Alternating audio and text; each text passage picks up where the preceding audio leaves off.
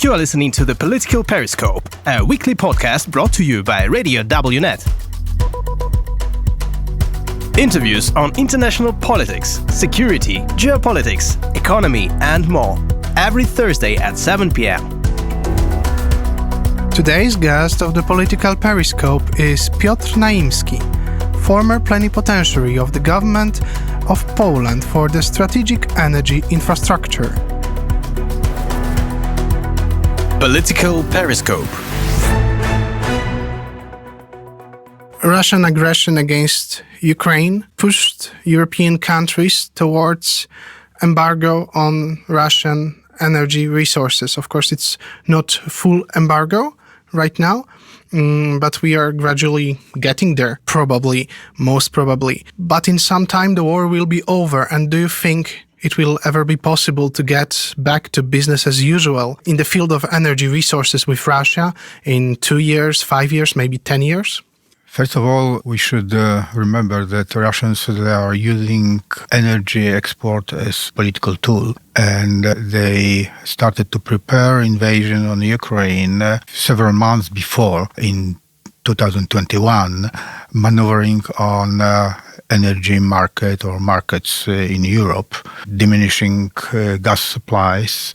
This provoked a rise of prices, enormous rises of prices, and in consequence, shortages of gas, energy, electric energy as well in Western Europe. And some countries, they were better prepared for this, some not. Specifically Germany, which since several years was connected with Russian gas supplies and dependent on Russian gas supplies, suffered probably the most. In Poland, we were on the way to conclude our strategy of diversification of natural gas supplies to Poland. Fortunately, the program started 2016, has been completed last year, autumn. I may say that we escaped from this direct Russian pressure in this area. But anyway, the consequences, repercussions from the European side after the aggression started in February last year, they were very gradual. Why? Because some countries, important countries, member states of European Union, they were and still they are dependent on Russian supplies, whether it was gas supplies or fuel supplies or crude oil supplies, especially landlocked countries. They were in a very difficult position, like, for example, Hungary. Sometimes it's hard to understand the political stand of Hungarian government toward the aggression or war in Ukraine, but we have to take under consideration that they are in some aspects fully dependent on Russian supplies, and this is hard to change or to replace in a short time. And the future? The war is over, and do you think we are back to normal with Russia? Or many people, especially in European political elites, they would like to return to business as usual with Russia. This is, the tactic or long strategy to attract Russia toward, let's say, democratization or European project from Lisbon to Vladivostok, as some politicians used to think a long time ago. This is real danger. Imminent danger, because this relation, this dependency on Russian supplies, results in European weakness. Europe is not prepared to play a role of the independent political identity globally. This is what we see today. Europe is not prepared, is not able to reach common position against Russia attacking one of the European states. This is really something which should give European politicians arguments to think about, the real deep changes. I don't know whether it will happen because many of them in Berlin, in Paris specifically, they have a hope that these turbulences on the east will be over soon or sooner or later, but anyway, after it will be possible to return to these relations as they were before. I think that the situation is in a sense similar to what we had after really big crisis, global crisis or European crisis before. And we are on a way, this is kind of a process toward new geopolitical construction or reconstruction of Europe. This is very difficult and dangerous time for everybody in Europe. Speaking about geopolitics, some time ago I spoke to Minister Balázs Orbán, and he said that Hungary is somehow a victim because Europe treated the energy question as economy question, as business, not as a security question. And that's why there are no gas lines connecting Hungary and other countries from other direction, gas from other direction than Russia to Hungary. But let's leave Hungary for now and focus on Poland. We knew that the question of gas, the question of energy resources from Russia is a question of security. We knew it for years. Do you think that previous governments of Poland introduced some measures in their policies against this threat? It was obvious for us in Poland, or at least some of us in Poland, already in the late 80s or early 90s of 20th century, so 30 or more than 30 years ago, that Russian energy material supplies is question not only of economy but security, because energy security is part of the security. It wasn't clear for people at that time because, the split between economic side of gas or coal or crude oil supplies and energy production was, in a sense, separated from the international affairs or geopolitics, things like that. This is, in a sense, interesting because some, at least politicians or intellectuals, should remember that the competition for coal was important on a political level also before First World War. So, in a sense, it returned this problem in the end of 20th century. So in Poland, we decided to diversify supplies because the heritage from the communist past was that 100% of crude oil and almost 100% of gas was coming from Russia. We in Poland are still in a better position because of coal deposits, hard coal deposits, also lignite deposits in Poland. So our energy production, electric energy production, is based still on coal. Almost about 70% of energy is being produced in Poland on coal. So this dependence on imported materials like gas is less important than in countries like Hungary, for example, already mentioned.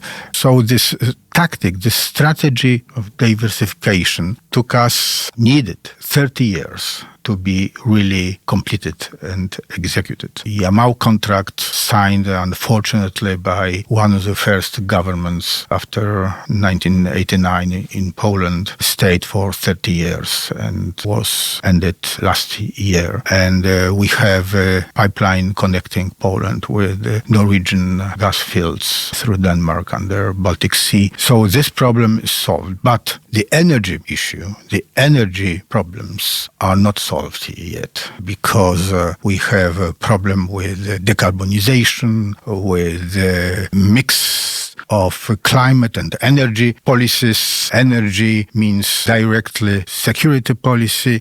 It needs security policy. Still going on discussions between people being rather connected with climate issues and those who are responsible for secure energy supplies and low cost of energy, because money is also important in this game. Poland is in a situation which is really difficult because on one side we are pressed to phase out coal sector in Poland, coal energy sector. On the other side, the renewables, they need a lot of money, investments. Renewables is not the solution for everything because it needs these sources, renewable sources, they need backups, they need balancing with base load possibilities of energy generations.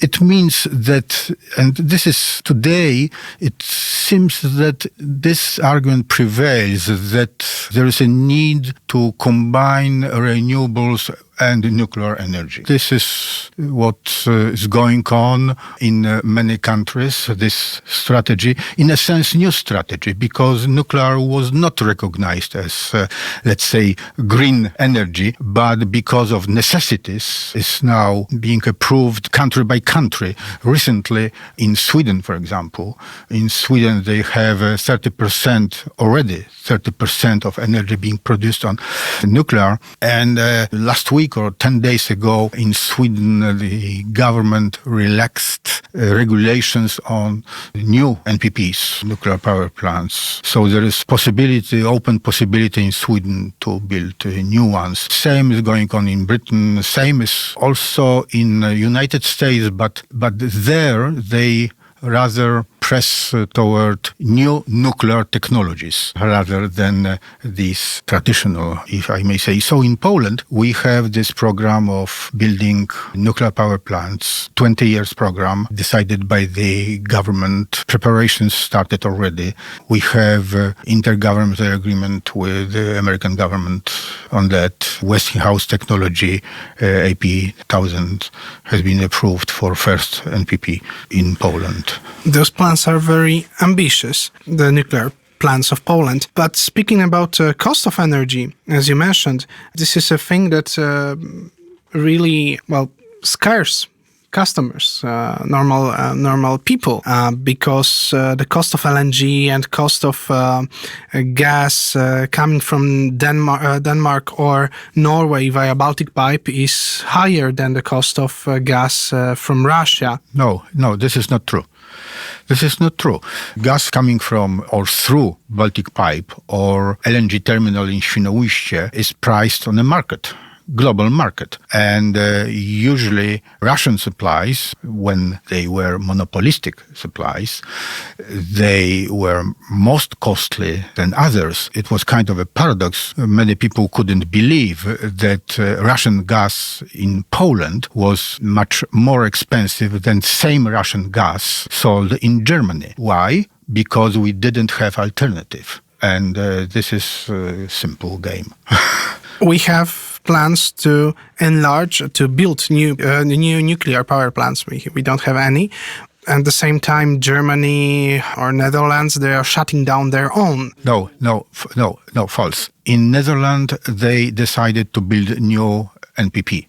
They have one, and they decided to build another one. So Netherlands is another example of a change in this area. In Germany, yes. Germany is something specific. They have this Energiewende strategy. They decided to shut down nuclear power plants. Being pressed last year, they extended this deadline for NPPs. We'll see what will happen next, because there's a question of certain practicalities and reason. Exactly. What's the reason behind it? What's the reasoning behind shutting nuclear power plants in Germany? They are efficient, they are cheap. Ideology, and based on this, or vice versa, on this ideology, economic arguments. You see, a lot of money has been invested into renewables, into green energy, wind or photovoltaic and others. And this money, they want to have a return. And any other possibility of production, energy production, is simple competition. So there is a competition between technologies and between different interests, economic, money interests as well.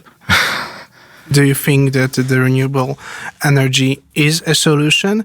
I mean, we are still digging the earth, but not for gas and coal, but for rare metals to make batteries, to make photovoltaics. Okay, this is another side of this story. Dependence on simple energy materials like coal, natural gas or oil is being replaced by dependence on rare minerals, for example. The last information from Sweden, because this is not new. Swedes, they knew that they may have such deposits of rare materials on the north, but recently it was announced formally and publicly.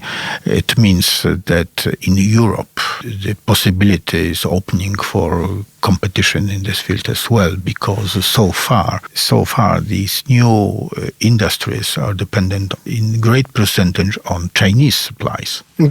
But there is still a question, again, the question about cost effectivity. Yes, but you see, events like, or crises like war in Ukraine, they give arguments toward security of energy supplies, and it has to be a mixture of economic and security arguments and kind of a compromise and balance between them. Let's get back to the Hungary we left on the side. What is the solution for such countries as Hungary, Slovakia, Czech Republic? Do you think that Poland could become a gas hub for the region? First of all, it lies on a strategic decision or decisions in these countries. Once again, the governments, they have to consider, they have to think about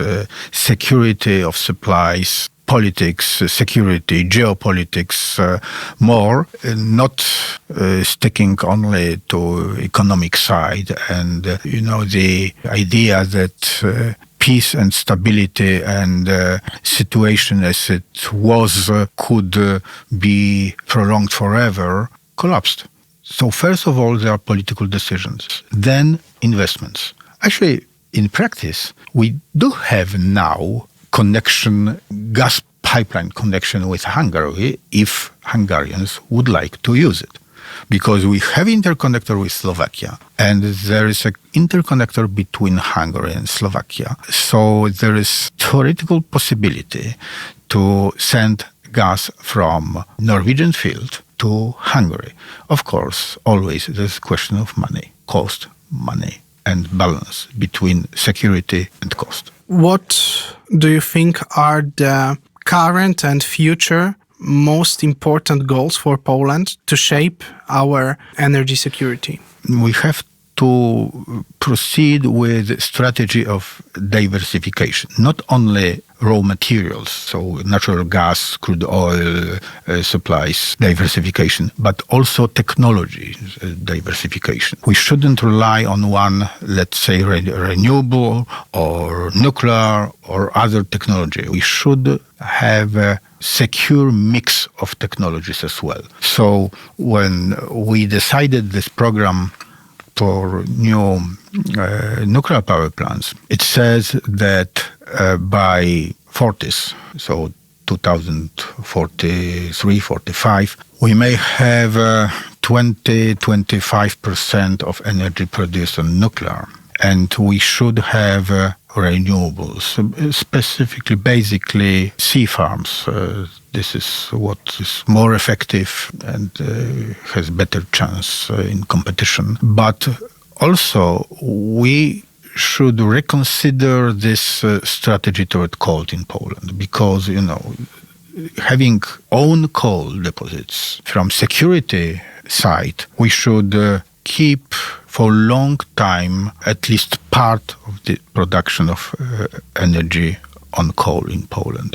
So these existing power plants on coal, they should be operational for, not being phased out because economic arguments, but stay up to technological existence or possibilities, which will give us more time for other investments, for preparation.